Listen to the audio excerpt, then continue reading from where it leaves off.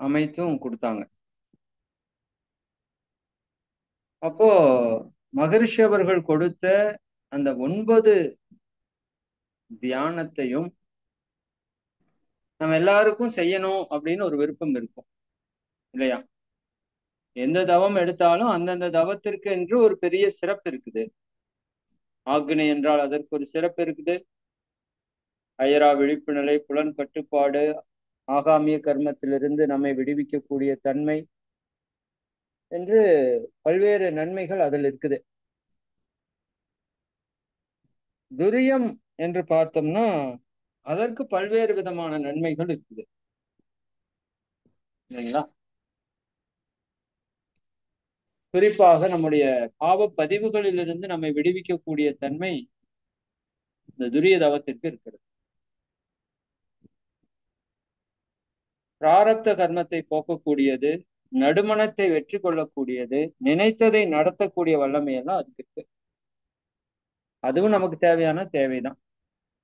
சாந்தி யோகம் அது ஒரு மிகப்பெரிய ஒரு வரம். நம்ம உடல்ல இருக்கிற உபாதைகளை போக்கி உடலையும் மனதையும் சமநிலைப்படுத்தி தவ ஆற்றலை நம் உடல் ஆற்றலாக மாற்றக்கூடிய அபரிவிதமான சக்தி. இன்னும் இந்த உலக வாழ்க்கையில் வெற்றி பெறுவதற்கான தியானம் சாந்தி யோகம் அதுவும் வேணும். அதற்கு அடுத்தது பஞ்சேந்திரியம். அது புலன் கட்டுப்பாடு முழுக்க முழுக்க. இன்னும் புலன்களினுடைய நுட்பத்தை அதிகப்படுத்தி திறனை அதிகப்படுத்தி 120 ஆண்டுகளுக்கு அந்த புலனை ஆரோக்கியமாக அறிவை பெருக்கக்கூடிய கருவிகளாக கர்ம வினைகளை போக்குவதற்கான ஆயுதமாக அதை பயன்படுத்தி கொண்டிருக்கிறோம். அது சிறப்பாக இயங்கணும். அது கட்டுப்பாட்டிலே இருக்கணும். பஞ்சபூத நவர்தவம் அதனுடைய மேன்மை சொல்லிட்டே இருக்கலாம். பஞ்சபூதங்களோடும் நவ கிரகங்களோடும் நாம உயிர் கலப்பு பெற்று அதனுடைய ஆற்றலை நமதாக்கி கொண்டு நம்ம வாழ்க்கையில அனைத்து செல்வங்களையும் வளங்களையும் பெற்று குறைகளை எல்லாம் போக்கி வாழக்கூடிய ஒரு தியானம். இன்னும் இறை உணர்வுக்கும் அது ரொம்ப முக்கியமான ஒரு தியானம். துரியாதீதம் அதுதான் உச்சகட்ட தியானம். நம்மை இறைநிலையோடு இணைக்கக்கூடிய தியானம். இன்னும் சஞ்சித கர்மம் என்று சொல்லக்கூடிய நம்முடைய பாவங்களை முற்றிலுமாக போக்கி இறைவனோடு நம்மை இணைக்கக்கூடிய தியானம். அடுத்ததாக 9 மைய தியானம். அதனுடைய சிறப்பும் பல தியானங்களை ஒன்றிணைத்த சிறப்பு அந்த தியானத்துக்குள்ளேயே இருக்குது. ஆக்சுவலா 9 மைய தியானமே கிட்டத்தட்ட முழுமை தியான அளவுக்கு வந்துடும். ஏன்னா அதுல ஆக்னை தவம் வரும், சாந்தி தவம் வரும், துரிய தவம் வரும், துரியாதீதம் வரும். கொஞ்சம் நுட்பமாக கூர்ந்து சிந்திச்சோம்னா அதுல 9 மையங்கள்ல 5 மையங்கள் பஞ்சபூதத்திற்கான மையம். இன்னும் 7 மையங்கள்லயும் நவக்கோள்களுடைய ஆற்றலும் உள்ள வந்துடும். பஞ்சேந்திரியம் விடுபட்ட மாதிரி தெரியும். ஆனால் நீங்க 5 மையங்கள்ல பஞ்சபூத மையங்கள்ல தியானம் செய்யும் போதே பஞ்சேந்திரியங்களும் இயக்கத்துக்கு வந்துடும், நுட்பத்துக்கு வந்துடும். நித்தியானந்த தவம் நேரடியாக அதுல வராது. 9 மையத்துல 9 மையம் பல தியானங்களை இணைத்த ஒரு தியானம். அதுவே கிட்டத்தட்ட ஒரு முழுமையான தியானம் தான். அனைத்து சக்கரங்களையும் இயக்கக்கூடிய ஒரு தியானம், துரியாதீதத்தையும் இணைக்கக்கூடிய ஒரு தியானம். அதுவும் நமக்கு தேவைதான். ஏன்னா எல்லா மையங்கள்ல இருக்கிற நாளமில்லா சுரப்பிகள் நல்லா வேலை செய்யணும், சக்கரங்கள் நல்லா இயங்கணும். அப்ப நம்ம வாழ்க்கையில உடல் மன ரீதியான துன்பங்களிலிருந்து விடுபட்டு இறை உணர்வுக்கு நம்மை அதை அழைத்து செல்லுது. அதற்கு அடுத்தது என்ன? நித்யானந்த தவம். நித்தம் நித்தம் ஆனந்தம் நித்யானந்தம். அதுவும் நம்ம டெய்லியும் செய்யறது நல்லதுதான். நம்முடைய ஜீவகாந்த ஆற்றலை பன்மடங்கு பெருக்கி நோய் எதிர்ப்பு சக்தியை அதிகப்படுத்தி இன்னும் நம்ம உடல் செல்கள்ல அந்த பிரபஞ்ச சக்தியை நிரப்பி அந்த ஆனந்தத்தை நம்ம உடல்ல இருக்கிற ஒவ்வொரு செல்லும் அனுபவிக்கக்கூடிய ஒரு தியானம். இந்த நித்தியானந்த தவம் மட்டும் நீங்க நல்ல தவம் செய்யறவங்களுக்கு தான் அது சித்தி ஆகும். சும்மா நான் நித்தியானந்தம் பண்றேன்னு சொல்லி வந்தீங்கன்னா அது உங்களுக்கு ஒன்றும் பெருசா உணர்வுக்கு எட்டாது. ஏன்னா அதுல உணர்வு பூர்வமான தியானங்கள். அப்போ அதுக்கு நம்ம தொடர்ந்து தியானம் பண்ணிட்டு வரும்போது தான் அதனோட பலன் அனுபவிக்க முடியும். அதற்கு அடுத்ததாக நிறைவாக மகரிஷி அவர்கள் கொடுத்தது இறைநிலை தபம். இறைநிலை தபம் மனிதன் தான் இறைவன் என்பதையும் தான் பார்க்கக்கூடிய ஒவ்வொரு உயிரும் ஒவ்வொரு பொருளும் இறைத்தன்மையினுடைய வெளிப்பாடுதான், இறையேதான் அனைத்துமாக இருக்கிறது என்ற சத்தியத்தை உணர்வதற்கான தியானம். தெரிவதற்கான அல்ல, உணர்வதற்கான, அகக்காட்சியாக அவற்றை பார்ப்பதற்கான ஒரு தியானம். அப்போ 9 தியானமும் 9 விதமான சிறப்புகளை உடையதா இருக்குது. அப்போ எங்களுடைய ஐயா நாங்க டிப்ளமோ படிக்கிறப்போ 2007ன்னு நினைக்கிறேன், 6, 7. அப்போ லட்சுமணன் ஐயா அப்படின்னு சொல்லிட்டு முதல்ல ஆழியார்ல இருந்தாங்க. அவங்கதான் எங்களோட ஃபர்ஸ்ட் குரு, மெயின் அவர் தான். அவர் டிப்ளமோல தான் இவ்வளவு விஷயங்கள் கற்றுக் கொடுத்தாங்க. அப்ப அவர் இந்த தவத்தை நடத்துவார். இதை கொஞ்சம் வேற மாதிரி நடத்துவார். எல்லா தியானத்தையும் கலந்து ஒரு தியானமாக நடத்துவார். எனக்கு அது ரொம்ப பிடிக்கும். நானும் கொஞ்ச நாள் எல்லா தவமும் பண்ணணும்னு நினைக்கிறப்போ சரி இந்த மாதிரி தவத்தை வடிவமைச்சுக்கலாமா அப்படின்னு. ஏன்னா மகரிஷி அவங்க என்ன பண்ணாங்கன்னா அவங்க பெற்ற அனுபவத்திலிருந்து தவத்தை வடிவமைத்து கொடுத்தாங்க. சில தவங்களை நேரடியா கொடுத்தாங்க, எளிமைப்படுத்தி கொடுத்தாங்க. சில தவங்களை அவர் வடிவமைத்து கொடுத்தாங்க. இந்த பஞ்சபூத நவகிரக தவம், துரியாதீதம், இதெல்லாம் மகரிஷி ஓனா டிசைன் பண்ணது, எங்கிருந்தும் கேட்டு பார்க்காம. சரிங்களா? இதெல்லாம் அவரோட ஓன் டிசைன் இது எல்லாமே. அப்போ நான் என்ன யோசிச்சேன்னா, சரி நம்ம எல்லா தியானத்தையும் சேர்ந்து செய்யணும். ஒரு மணி நேரம் டெய்லியும் எனக்கு 1 மணி நேரம் தவம் கிடைக்கிறதுக்கு வாய்ப்பு இருக்குன்னா எல்லா தவத்தையும் சேர்ந்து செய்யணும், எல்லா தவத்துடைய ஆற்றலையும் பெறணும் அப்படிங்கிறதுனால இப்போ உங்களுக்கு 9 மைய தவம் செய்யும் போதே ஆக்ஞை, சாந்தி, துரியம், துரியாதீதம், 9 மையம், இந்த 5 தவமுமே 9 மைய தவத்துக்குள்ள அடக்கம். அது உங்க எல்லாருக்குமே தெரியும். ஆக்ஞை வருது 9 மையத்துல, சாந்தி வருது, துரியம் வருது, துரியாதீதம் வருது, 9 மையம். அந்த தவத்தை தான் நம்ம பண்றோம். அப்ப இந்த 5 தவத்தையும் ஒன்னா பண்றதுதான் 9 மையம்னு வச்சுக்கோங்களேன். அது போக 4 தவம் இருக்கு. பஞ்சேந்திரியம், பஞ்சபூதன தவம், நித்தியானந்தம், இறைநிலை தவம். இந்த 4 தவத்தையும் இப்ப நம்ம இணைக்கணும். அப்ப இந்த 5, 4 இணைச்சிங்கன்னா 9. சரிங்களா? இந்த 5, 4 இணைச்சிங்கன்னா 9 ஆயிரும். இப்ப ஆல்ரெடி 5 தவம் இணைஞ்சிருச்சு 9 மைய தவத்துக்குள்ள. இப்போ அந்த மிச்ச 4 தியானத்தையும் உள்ள இன்செர்ட் பண்ணணும். அப்படி பண்ணிட்டோம்னா இது ஒரு முழுமையான தியானமாக மாறிடும். ஹோலிஸ்டிக் மெடிடேஷன் அப்படின்னு இதுக்கு பேர் கொடுத்துருக்குறோம். இது நிறைய பேர் இப்ப பண்ணிட்டு இருக்காங்க. பட் இதுக்கு என்னன்னா கொஞ்சம் நேரம் ஒதுக்கி பண்ணா தான் ரிசல்ட் நல்லா இருக்கும். ஏதோ ஒரு அரை மணி நேரத்துல உட்காந்துட்டு எல்லாத்தையும் பண்ணீங்கன்னா பெரிய ரிசல்ட் வராது. இதை நம்ம மௌன காலங்கள்ல இந்த தியானங்களை பயன்படுத்தலாம். ஆழ்நிலை தியானங்கள்ல இந்த தியானங்களை பயன்படுத்தலாம். ஒரு மணி நேரமாவது தியானம் பண்ணணும். அப்பதான் அது தியானம் மாதிரி இருக்கும். இல்லாட்டி ஏதோ நிறைய பேசிட்டே இருக்கிற மாதிரி ஒரு ஃபீல் வந்துடும். ரொம்ப உணர்வுல இருக்கிறவங்களுக்கு டக்கு டக்கு டக்கு டக்குன்னு போயிடுவாங்க. அவங்க இது அரை மணி நேரத்துல கூட செய்யலாம். சரிங்களா? 9 மைய தவத்தை 10 நிமிஷத்துல கூட செய்யலாம். ஒவ்வொரு மையத்திலையும் ஒவ்வொரு நிமிஷம் ஷார்ப்பா நின்னீங்கனாலே அதனோட ஆக்டிவேஷன் நல்லா ஃபீல் ஆயிடுச்சுன்னா போதும் இல்லையா? அது மாதிரி இப்போ இந்த 9 தவத்தையும் சேர்த்து ஒரு தியானத்துக்கு பேர் தான் முழுமை தியானம்னு பேர். நான் இன்னைக்கு அதை எப்படி செய்யறது அப்படின்னு நான் சொல்லிடுறேன். அடுத்த வகுப்புல உங்களுக்கு அதைய தெளிவா நடத்துறேன். அது நீங்க நல்லா புரிஞ்சு அண்டர்ஸ்டாண்ட் பண்ணிக்கணும். நிறைய பேருக்கு என்னன்னா இந்த புரிதல்ல ஒரு குழப்பம் வந்துடுது. சரிங்களா? நான் இப்ப சொல்றத நீங்க நோட் பண்ணிக்கோங்க தயவு செய்து. என்ன நம்ம நடக்குது, முழுமை தியானத்துல என்ன நடக்குது அப்படிங்கிறத நீங்க என்ன பண்ணிடணும், நோட் பண்ணிக்கணும்.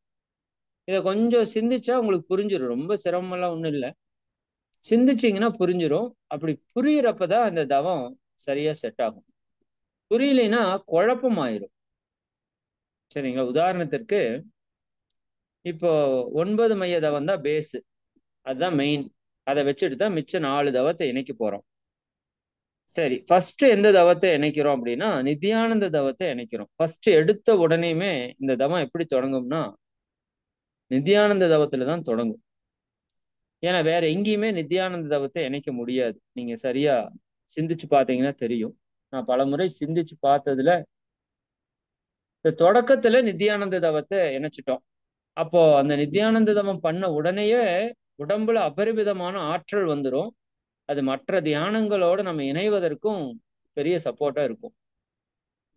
அப்போ எடுத்த உடனேயும் எப்பொழுதும் போல இட தூய்மை, அருளாற்றல் பாய்ச்சுதல், அருள் காப்பு, அன்னை தந்தை ஆசான் வணக்கம், இது எப்பவும் போல நம்ம சொல்லிடுறோம். சரிங்களா? இது எப்பொழுதும் போல நம்ம சொல்றோம். சொல்லிட்டு தவம் முழுமை தியானம்னு சொல்லிட்டு மூலாதாரத்துல தொடங்குறோம். தவம் மூலாதாரத்துல தொடங்கும். ஃபர்ஸ்ட் நித்யானந்த தவத்தை தான் செய்யறோம். மூலாதாரத்துல நல்லா உணர்வு வந்ததுக்கு அப்புறம் அங்க இருக்கிற ஆற்றல் அப்படியே மூச்சின் துளை கொண்டு உச்சிக்கு எடுத்துட்டு போறோம். உச்சியிலிருந்து உடல் முழுக்க பரவப்படுது. சரிங்களா? இப்படி ஒரு 5 முறை நீங்க செய்துட்டாலே அதுக்கப்புறம் நீங்க கம்முன்னு உடலை கவனிச்சீங்கன்னா அந்த சக்தி தானா மூலாதாரத்துல பாஞ்சு உச்சிக்கு போய் உச்சியிலிருந்து பாதத்து வரைக்கும் வர்றதுக்கு ஆரம்பிச்சு. நல்ல தவம் பண்றவங்க ஒரு 5 தடவை 10 தடவை பண்ணாலே அந்த ஃப்ளோ வந்துடும். கொஞ்சம் நித்யானந்தவ கேப் விட்டுருந்தீங்கன்னா ஒரு 5 நிமிஷமாவது பண்ணணும். இதை நீங்க பண்றப்போ மூலாதாரத்துல நல்லா பிரபஞ்ச சக்தி குவிந்து மூலாதாரத்திலிருந்து அப்படியே உச்சிக்கு போய் உச்சியிலிருந்து பாதம் வரைக்கும் அப்படியே அந்த எனர்ஜி நிரம்பும். சேம் நித்யானந்த தவம் தான், ஒன்றும் கன்ஃபியூஸ் ஒன்றும் இல்லை. காயகல்பத்துல மூலாதாரத்திலிருந்து ஓஜஸ் மூச்சு எடுத்துட்டு உச்சிக்கு போய் உச்சியிலிருந்து உடல் முழுக்க பரவ விடுறீங்களா பாதம் வரைக்கும், அதே மாதிரிதான். இதுல என்ன உசு இசு நல்லா விடாம உடலுக்குள்ள மூலாதாரத்துல நிறைந்திருக்கிற சக்திய மூச்சின் துணை கொண்டு மென்மையா சப்தம் இல்லாம மூச்சோட இணைச்சு மூலாதாரத்திலிருந்து துரியத்துக்கு எடுத்துட்டு போறோம். துரியத்திலிருந்து அந்த சக்தியை உடல் முழுக்க பரவப்படுத்தும். சரிங்களா? இப்படியே ஒரு 5 நிமிடம் பண்ணிட்டீங்கன்னா இந்த சக்தி நல்ல உடம்புல இருக்கிற அத்தனை கோடி செல்களிலும் எனர்ஜி ஃபுல்லா ஸ்டோர் ஆயிரும். சரிங்களா? அப்புறம் இது மூலாதாரத்துல நிறைவு பண்றோம். இப்போ ஒரு தவம் முடிஞ்சுது. சரிங்களா? இப்ப மூலாதாரத்திலேயே கொஞ்ச நேரம் தியானிக்கிறோம். இப்போ 9 மைய தவம் தொடக்கம். இந்த 9 மையத்து கூடயே பஞ்சேந்திரியம், பஞ்சபூதம், நவகிரகம் இந்த 3ஐயும் கனெக்ட் பண்ணணும். வேணா எழுதிக்கோங்க, தப்பு கிடையாது. சரியா? இந்த பாயிண்ட் உங்களுக்கு தெரியணும். மூலாதாரம், அதுக்கடுத்து சுவாதிஷ்டானம், அப்புறம் மணிப்பூரகம், அப்புறம் அநாகதம், அப்புறம் விசுக்தி, அதுக்கப்புறம் ஆகினை, அதுக்கப்புறம் துரியம். சரிங்களா? Okay, right. இப்ப மூலாதாரத்துல தியானம் பண்றோம். மூலாதாரம் உங்களுக்கு தெரியும், மண்ணுக்கான மையம். சுவாதிஷ்டான நீருக்கான மையம். மணிப்பூரகம் நெருப்புக்கான மையம். அநாகதம் காற்றுக்கான மையம். விண்ணு உயிருக்கான மையம். விசுக்தி விண்ணுக்கான மையம், உயிருக்கான மையம் விண்ணு. சரிங்களா? ஆக்கினை அப்படிங்கிறது மனதிற்கான மையம். துரியம் என்பது உயிருக்கான மையம். அப்படி கூட நீங்க நோட் பண்ணிக்கலாம். பஞ்சபூதங்கள்ல 5 தான். சரி, அப்புறம் இந்த மூலாதாரம் மண்ணுன்னு போட்டீங்கல்ல, இதுல நவகோள்கள் இருக்கு இல்லையா? இந்த நவக்கோள்கள்ல இந்த மூலாதாரம் நீங்க தவம் பண்றப்போ செவ்வாய் என்ற கோளினுடைய ஆற்றல் அபரிவிதமா மூலாதாரத்துல ஈர்க்கிற சக்தி மூலாதாரத்துக்கு இருக்கு. எப்படி செவ்வாய் அப்படிங்கிற கோள் நம்ம உடம்புல இருக்கிற மஜ்ஜையோடு தொடர்போடு இருக்குதோ, அப்படி செவ்வாய் என்கின்ற கோள் நம்ம மூலாதாரத்தோடு தொடர்போடு இருக்கிறது. இதை நீங்க புரிஞ்சுக்கணும். சரிங்களா? அதுக்கு அடுத்தது சுவாதிஷ்டானம் அப்படின்னு ஒரு மையம் இருக்குல்ல, நீருக்கான மையம். அந்த இடம் சந்திரன் என்ற நவக்கோள்கள்ல சந்திரனோடு தொடர்புடைய மையம் நமது சுவாதிஷ்டான மையம். மணிப்பூரகம் அது நெருப்பு. சரிங்களா? அப்ப அது சூரியனோடு தொடர்புடைய மையம். அநாகதம் காற்று, அது சனி கோளோடு தொடர்புடைய மையம். விஷுக்தி தொண்டை மையம், விண்ணுக்கான மையம், அது சுக்கிரனோடு தொடர்புடைய மையம். ஆக்கினை குரு என்ற கோளோடு தொடர்புடைய மையம். துரியம் புதன் என்ற கோளோடு தொடர்புடைய மையம். புரிஞ்சுதா? ரொம்ப சிம்பிள் தான். உங்களுக்கு முதல்ல இந்த மூலாதார சுவாதிஷ்டானம் மணிப்பூரகம் அநாகத விசுக்தி ஆகிரை துரியம் தெரியும். மூலாதாரத்திலிருந்து மேல பஞ்சபூதம்ங்கிறதும் தெரியும். மூலாதார மண்ணு, சுவாதிஷ்டான நீரு, மணிப்பூரக நெருப்பு, அநாகதம் காற்று, விண்ணு விசுக்தி. இது ஈஸியா நீங்க புரிஞ்சுக்கலாம். மூலாதாரம் அடியில் இருக்குது கெட்டி மண்ணு, அதுக்கு மேல நீரு, நம்மளோட யூரினரி பிளாடர் சிறுநீர் பைக்கு மேலதான் சுவாதிஷ்டான மையம் இருக்கும். மணிப்பூரகம் நெருப்பு, வயிற்றுல நெருப்பு இருக்குதுன்னு சொல்றோம்ல, சரியான அக்னி, அதுதான் ஜீரணம் பண்ணுதுன்னு சொல்றோம். அநாகதம்ங்கிறது காற்று, நுரையீரல் இருக்குது, இருதயம் இருக்குது, காற்று மையம். விண்ணுங்கிறது விசுக்தி தொண்டை மையம். இது எல்லாருக்கும் நல்லா தெரியும். இதுல இந்த நவக்கோள்கள் மட்டும் இப்ப நம்ம இணைச்சிருக்கிறோம். நீங்க இந்த மார்கழி மாத மகா தியானத்துல பாத்தீங்கன்னா நான் இதை சொல்லிட்டே வந்திருப்பேன். மேல துரியத்துல புதனுடைய ஆற்றல், அதுக்கு அடுத்தது ஆக்னை அப்படியே இறங்கி வர்றப்ப குரு, அப்புறம் விசுக்தி சுக்கிரன், அநாகதம் சனி, மணிப்பூரகம் சூரியன், சுவாதிஷ்டானம் சந்திரன். இதெல்லாம் நான் சொல்லுவேன், நீங்க அதை நினைச்சீங்கன்னா போதும். இதை நீங்க மனப்பாடம் பண்ணிட்டு எல்லாம் வச்சிருக்கணும்னு அவசியம் இல்லை. பட் நீங்க உங்க மைண்ட்ல வந்து தெளிவா இருக்கணும். எப்படி மூலாதாரத்துல தவம் பண்ணா மண்ணினுடைய ஆற்றல் இணையுமோ, அப்படி மூலாதாரத்துல தவம் பண்ணா செவ்வாயுடைய ஆற்றலும் இணையும்.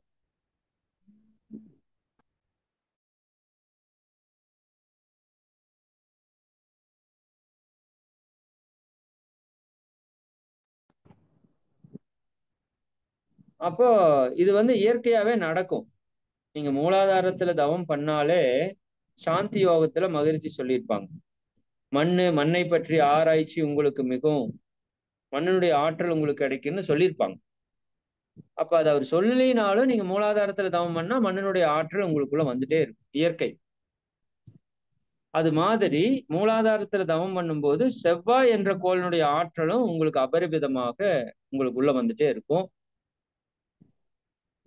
சுவாதிஷ்டானம் சந்திரன், மணிப்பூரகம் சூரியன், அநாகதம் சனி, விசுக்தி சுக்கிரன், ஆக்கினை குரு, துரிய புதன். இதைய 7ஐயும் எழுதி வச்சுக்கோங்க. சரியா? அப்ப நம்ம மூலாதாரத்துல தவம் பண்ணும்போது இந்த பஞ்சபூதமும் நவக்கோளும் சேர்ந்துச்சா. இதுல இன்னும் ஒண்ணு பஞ்சேந்திரியம் இருக்கு. இப்போ உங்களுக்கு தெரியுதான்னு பாக்குறேன், நீங்களாம் ஆசிரியர் நிலையில் இருக்கீங்க. மூலாதாரத்தினுடைய புலன் எதுன்னு சொல்ல முடியுமா? டைப் பண்ணுங்க. யூடியூப்லயா இருந்தாலும் சரி, ஜூம்லயா இருந்தாலும் சரி. மூலாதாரம்ங்கிற மண்ணுக்கு உரிய புலன், 5 புலன்ல எந்த புலன் மூலாதாரம் மண்ணுக்குரிய புலன்? சேட் பண்ணுங்க, டைப் பண்ணி சேட் பண்ணுங்க. பேசினோம்னா லேட் ஆயிடும். மூலாதாரம் மண்ணுக்குரிய 5 புலன் இருக்குதுல, நம்ம தோல், நாக்கு, மூக்கு, கண்ணு, காது, இதுல எது மண்ணுக்கானது? கொஞ்சம் யோசிச்சு பதில் சொல்லணும். ஏன்னா இது கொஞ்சம் யோசிச்சா மட்டும்தான் தெரியும், இல்லாட்டி இது தெரியாது கண்டிப்பா. நல்லா யோசிக்கணும். நான் கரெக்டா மண்ணை கேட்டுட்டு பாருங்க ஃபர்ஸ்ட் எடுத்தோன்னே.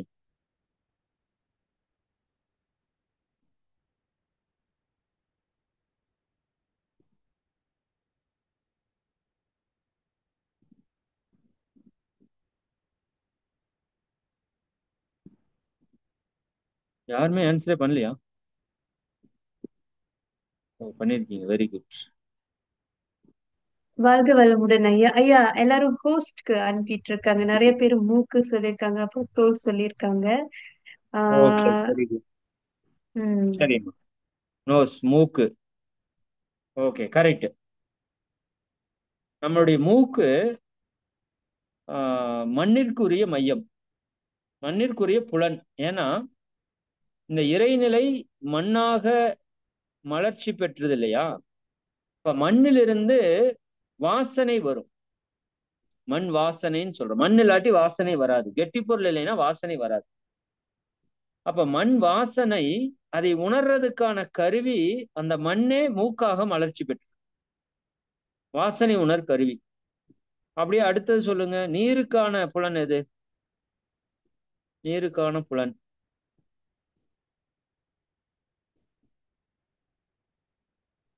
நாக்கு. வெரி குட், நாக்கு. நீருக்கான புலன் நாக்கு. சூப்பர். ஓகே. நெருப்புக்கான புலன்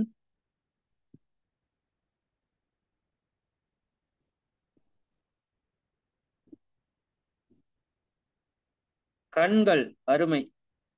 ஏன்னா நீர் வந்து சுவை, நீர் இல்லைன்னா சுவை இல்லை. ஏதாவது ஒரு பொருளை நீர்த்தன்மை இல்லாம நீங்க சாப்பிட்டீங்கன்னா மரமரன்னு இருக்கு, சுவை இருக்காது. நீர் தான் சுவை. நெருப்பு கண்ணு. பஞ்சேந்திரி தவத்துல உங்களுக்கு தெளிவா விளக்கி இருப்போம். கண்ணு அப்படிங்கிறது நெருப்பு சக்தி இருந்தாதான் வேலை செய்யும். நீங்க கண்ணு நல்லா தெரியும், ஆனா வெளிச்சம் இல்லைன்னு வச்சுக்கோங்க, சூரியனுடைய வெளிச்சம் இல்லை, நெருப்பு சக்தி இல்லைன்னா உங்க கண்ணு தெரியாது. கண்ணு தெரியும், ஆனா கண்ணு தெரியாது. அந்த பஞ்சபூத சக்தி இல்லாட்டி இந்த புலன் வேலை செய்யாது. புரியுதா இல்லைங்களா? சரி, கண்ணு நெருப்புக்கானது கண்ணு. காற்றுக்கானது காது. அருமை. காற்றுக்கானது காது தான். ரொம்ப சிம்பிள். ஏன்னா இப்ப ஒரு கண்ணாடி அறைக்குள்ள நீங்க உட்கார்ந்துட்டு வெளியில யாரோ ஒருத்தர் பேசுனா உங்களுக்கு கேட்காது. ஏன்னா காற்று பரிமாற்றம் இருக்காது. புரியுது இல்லைங்களா? காற்று பரிமாற்றம் இருந்தாதான் உங்க காது கேட்கும். உங்க காது நல்லா கேட்கும், ஆனா காற்று பரிமாற்றம் இல்லைன்னா காது கேட்காது. அதே மாதிரி ஒரு காற்று இல்லாத இடத்துல உன்னை போய் நீங்க பேசுனீங்கன்னா அது பரவாது. சரிங்களா? காது. அருமை. விண்ணனுடைய இது தோல். மிச்சம் ஒன்னே ஒண்ணுதான் இருக்குது, தோல் தான் விண்ணு. அவ்வளவுதான், சிம்பிள். இப்ப பாருங்க, பஞ்சேந்திரி தவம் உள்ள வந்துச்சு பாருங்க. இப்போ நம்ம என்ன பண்ண போறோம்? இந்த மூலாதாரத்துல தவம் பண்றப்ப சிம்பிள். மூலாதாரத்துல நல்லா தியானம் பண்றப்ப அப்படியே மண்ணை ஒரு நிமிஷம் நினைச்சுக்கிறோம். அப்ப ஆட்டோமேட்டிக்கா மூலாதாரத்துல மண்ணினுடைய ஆற்றல் வந்துட்டு இருக்குது. இருந்தாலும் பரவாயில்லைன்னு மண்ணை ஒரு நிமிஷம் நினைக்கிறீங்கன்னா அந்த மண்ணினுடைய ஆற்றல் இன்னும் அபரிவிதமா மூலாதாரத்துல இணையும். அப்ப பஞ்சபூதத்துல மண்ணு மேல தவம் பண்ணிட்டோமா? அப்புறம் செவ்வாய்ங்கிற கோளை நினைச்சுக்கணும் ஒரு செகண்ட். ஒரு 30 செகண்ட் நினைச்சீங்கன்னா போதும். ஒவ்வொரு மையத்திலையும் ஒரு அதிகபட்சம் 5 நிமிஷம் இருந்தீங்கன்னா போதும். சரிங்களா? அதிகபட்சம் 5 நிமிஷம் இருக்கணும். ஆனா அந்த 5 நிமிஷம் இருந்தீங்கன்னா தான் ஒவ்வொரு, இப்போ மூலாதாரத்துல ஒரு 2 நிமிஷம் தவம் பண்றீங்க, அப்புறம் மண்ணு மேல ஒரு நிமிஷம், அப்புறம் செவ்வாய்க்கோள் மேல ஒரு நிமிஷம், மூக்கு மேல ஒரு நிமிஷம், 5 நிமிஷம் தியானம் பண்ணா அந்த ஒரு பாயிண்ட்ல எல்லாத்தையும் நீங்க மெடிடேட் பண்ணிடலாம். மண்ணு சக்தி உள்ள வரும், செவ்வாயினுடைய ஆற்றல் நமக்குள்ள வரும். அது கூட மூக்கு அப்படிங்கிற புலன் அபரிமிதமா இயக்கத்துக்கு வந்துடும். நீங்க ரொம்ப நேரமெல்லாம் தனித்தனியா தியானம் பண்ற மாதிரி வெயிட் பண்ணவே தேவையில்லை. மூலாதார ஆக்ஷன் ஆச்சுனாலே மூக்குல ஆட்டோமேட்டிக்கா உணர்வு தட்டுறதுக்கு ஆரம்பிச்சு. சரி, இது முடிச்சதுக்கு அப்புறம் சுவாதிஷ்டான மையத்துக்கு வர்றோம். அங்க ஒரு 2 நிமிஷம் தவம் பண்றோம். நீரினுடைய ஆற்றல் உள்ள வர்றதா பாவித்துக் கொள்றோம். சந்திரனுடைய ஆற்றல் உள்ள வர்றதா பாவித்துக் கொள்றோம். நாக்கை மேலினத்தில் தொற்ற நிலையில் வைத்து நாவின் மேல 1 நிமிஷம் தவம் பண்றோம். இதெல்லாம் ஒரே லிங்க். சரிங்களா? ஒரே செயின் மாதிரி, ஒன்னு தொட்டா ஒன்னு இயற்கையா வேலை செய்யும். இது ரிவர்ஸ்லயும் வேலை செய்யும். நீங்க நாக்கு மேல தவம் பண்ணாலே சந்திரனுடைய ஆற்றலும் நீரினுடைய ஆற்றலும் சுவாதிஷ்டான மையமும் இயக்கத்துக்கு வரும். அதே மாதிரி நீங்க நீர்ல தவம் பண்ணீங்கன்னா சுவாதிஷ்டான மையம் இயக்கத்துக்கு வரும், சந்திரனுடைய ஆற்றல் வரும், நாக்கு இயக்கத்துக்கு வரும். இது ஒண்ணுக்கு ஒண்ணு தொடர்புடையது.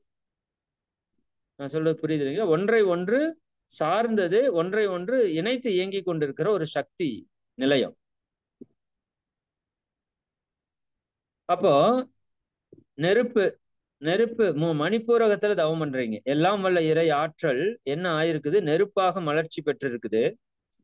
அந்த நெருப்பு இயங்கும் போது அதிலிருந்து வெப்ப சக்தி வெளியே வருது இல்லையா? அந்த வெப்ப சக்தி வெளிச்சமாக இந்த பிரபஞ்சம் முழுக்க நிறைஞ்சிருக்குது. அந்த வெளிச்சத்தை உயிர்கள்ல உணர்வதற்காக கண்ணாக அது மலர்ச்சி பெற்றிருக்குது.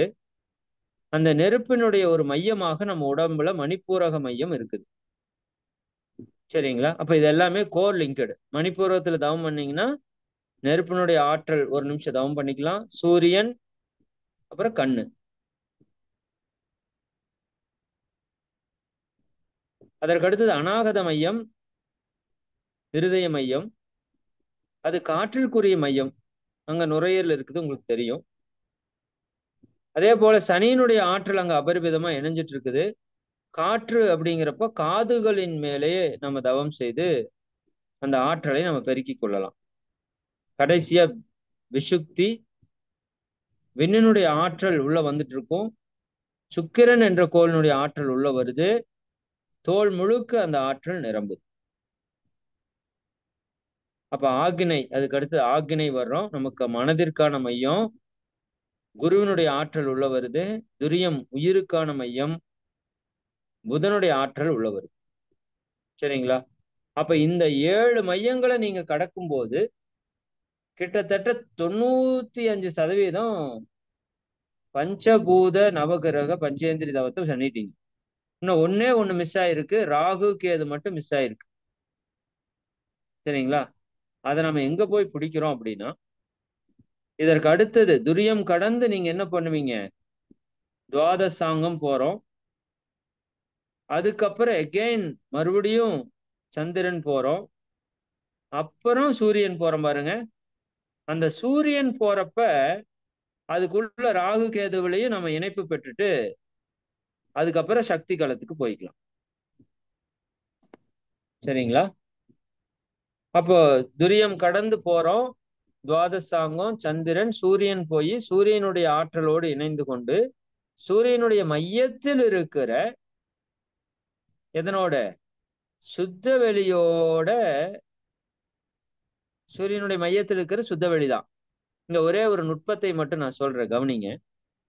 இப்ப சூரியன் இருக்குது அப்படி நினைச்சுக்கோங்க. ஒரு நட்சத்திரம் இருக்குது. சூரியனுடைய மையத்துல சுத்த வெளி இருக்கு. சுத்த வெளியாக அது மாற்றம் பெற்று கொண்டிருக்கு. அந்த வெளி கருமை நிறமான காந்த அலை கதிர்கள் சூரியனுடைய இரு புறமும் பீரிட்டு பாய்ந்து எங்க வரைக்கும் போகுது தெரியுமா? இந்த பிரபஞ்சத்தை எல்லாம் கடந்து அந்த சுத்த வெளியோடு இணைந்து கொண்டிருக்குது.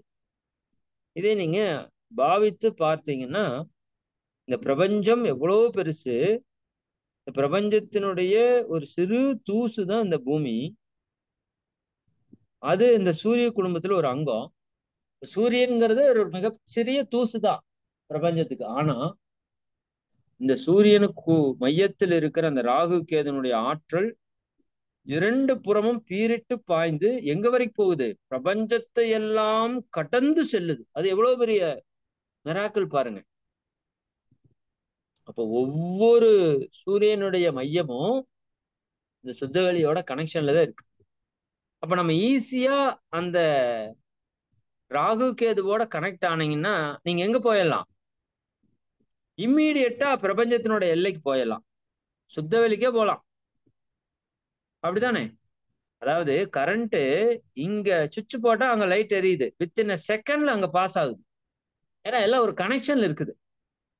அது மாதிரி இந்த சூரியனுடைய மையத்துக்கு நீங்க போயிட்டீங்கன்னா போதும், அது உங்களை என்ன பண்ணிரும், அப்படியே தூக்கிட்டு போய் அழகா பிரபஞ்சத்தினோட எல்லை வரைக்கும், சுத்த வெளி வரைக்கும் கொண்டு போய் விட்டுரும்.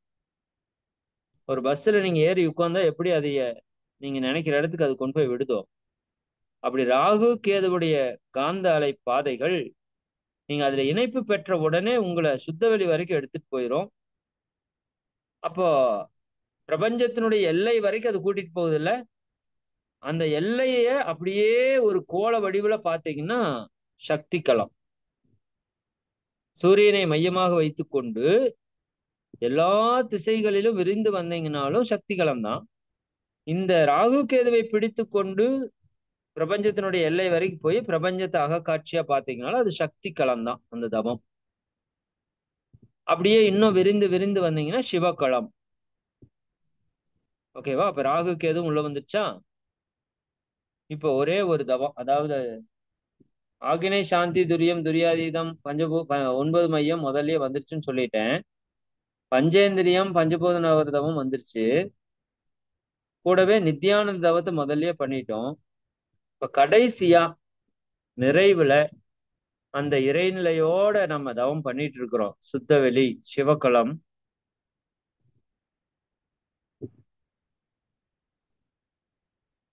அது கூட தவம் பண்ண பண்ண கொஞ்ச நேரம் அங்க தவம் பண்ணிட்டு அந்த தவத்தை முடிக்கிறப்ப நம்ம எப்படி முடிப்போம்னா, இயற்கையா மகரிஷி வந்து சிவக்களத்திலிருந்து சக்தி கள வருவாங்க. அப்புறம் அப்படியே இறங்கி சூரியன் சந்திரன் துவாதசாங்கம் துரியம்னு வரும். இந்த தவத்தை நம்ம அப்படி முடிக்கிறது இல்லை. இதை முடிக்கிறப்ப அப்படியே இறைநிலை தவமா கன்வெர்ட் பண்ணிடுறோம்.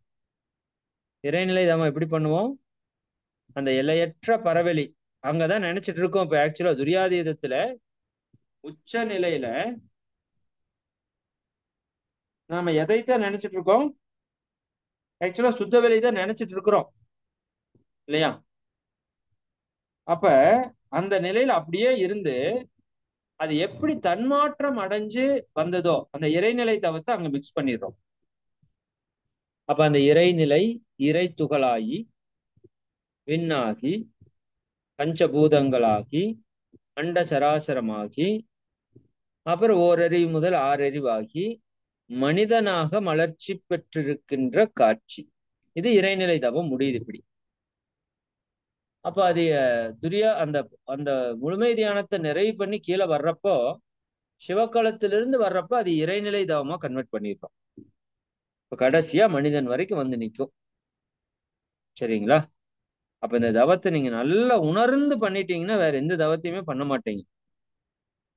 ஆனா உணர்ந்து பண்ணணும் இதைய. சரிங்களா? இது இது நல்லா பண்ணி பழகிட்டா ஒரு அரை மணி நேரத்துல கூட இந்த தவம் பண்ணலாம். 1 மணி நேரம் கட்டாயம் உட்காரணும்னு இல்லை. பட் பழகுறப்போ 1 மணி நேரமாவது பண்ணணும். அப்பதான் உங்களுக்கு அந்த,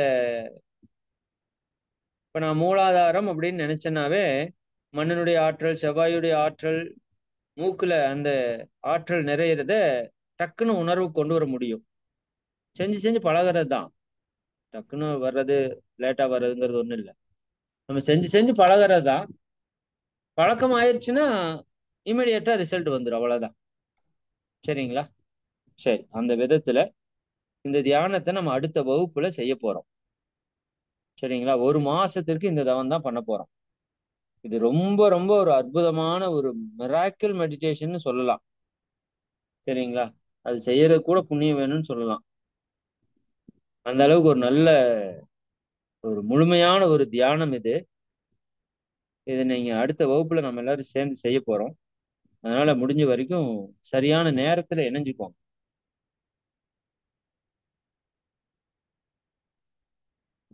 இந்த புதிய தவங்கள் கொடுக்கும்போது நீங்க நல்லா அந்த தவத்தை ஆழமா செய்து செய்து பழகணும்.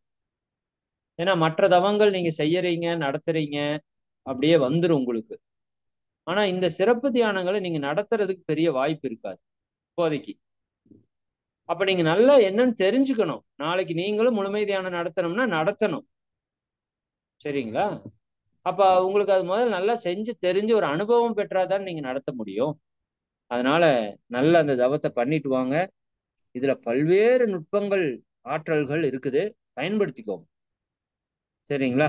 இது நீங்களே பண்ண பண்ண உங்களுக்குள்ள நிறைய மாற்றங்களை, வாழ்க்கையில நிறைய நன்மைகளை செய்யக்கூடிய சக்தி கொண்டது. ஒரு மனிதன் தெய்வீக தன்மை பெறுவதற்கான ஒரு முழுமையான தியானம் இது. நீங்க பயன்படுத்திக்கணும். சரிங்களா? சரி, மிக்க மகிழ்ச்சி. உங்க எல்லாரையும் வாழ்த்தி நிறைவு செய்வோம். அருட்பேராற்றல் கருணையினால் நீங்களும் உங்கள் அன்பு குடும்ப உறுப்பினர்கள் அனைவரும் உடல் நலம், நீலாயுள், நிறை செல்வம், உயர்ப்புகழ், மெஞ்ஞானம் ஓங்கி இறை உணர்வு, அறநெறி, கல்வி, தனம், தானியம், இளமை, வலிவு, துணிவு, நன்மக்கட்பேறு, அறிவுயர்ந்தோர் நட்பு, அன்புடைமை, அகத்தவம், அழகு, புகழ், மனித மதிப்புணர்ந்து ஒழுகும் பண்பு, பொறையுடைமை எனும் பேறு 16 பெற்று பெருவாழ்வு வாழ்க. வாழ்க வளமுடன், வாழ்க வளமுடன். இந்த உலக மக்கள், பிரபஞ்ச உயிர்கள் அனைத்தும் வாழ்க வளமுடன், வாழ்க வளமுடன், வாழ்க வளமுடன், வாழ்க வளமுடன்.